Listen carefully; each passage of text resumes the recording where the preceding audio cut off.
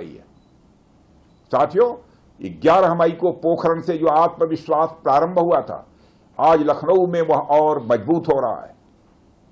साथियों, अपनी बात समाप्त करने के पहले मैं कहना चाहता हूं कि जिन भारत विरोधी और आतंकी संगठनों ने भारत माता के मस्तक पर हमला करके कई परिवारों के सिंदूर मिटाए थे, उन्हें भारतीय सेना ने ऑपरेशन सिंदूर के माध्यम से इंसाफ दिलाने का काम किया है। और इसके लिए आज सारा देश भारतीय सेनाओं का अभिनंदन कर रहा है।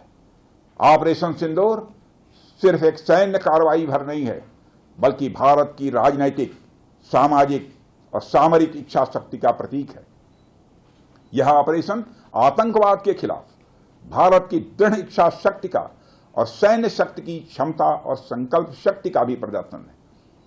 हमने दिखाया है, भारत आतंकवाद के खिलाफ जब भी कोई कार्रवाई करेगा तो आतंकवादियों और उनके आकाओं के लिए सरहद पार की जमीन भी सुरक्षित नहीं रहेगी। भारतीय सेनाओं ने ऑपरेशन सिंदूर को पाकिस्तान में मौजूद आतंकी ढांचा ढहाने के उद्देश्य से लॉन्च किया था। हमने उनके आम नागरिकों को कभी निशाना नहीं बनाया था, मगर पाकिस्तान ने न केवल भारत के नागरिक इलाकों को निशाना बनाया, बल्कि मंदिर, गुरुद्वारा, गिरजाघर पर भी हमले करने का प्रयास किया।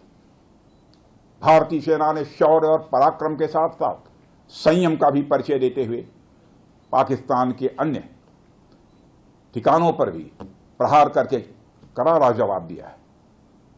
हमने केवल सीमा से सटे सैन्य ठिकानों पर ही नहीं कार्रवाई की, बल्कि भारत की सेनाओं की धमक उस रावलपिंडी तक सुनी गई जहां पाकिस्तानी फौज का हेडक्वार्टर मौजूद है।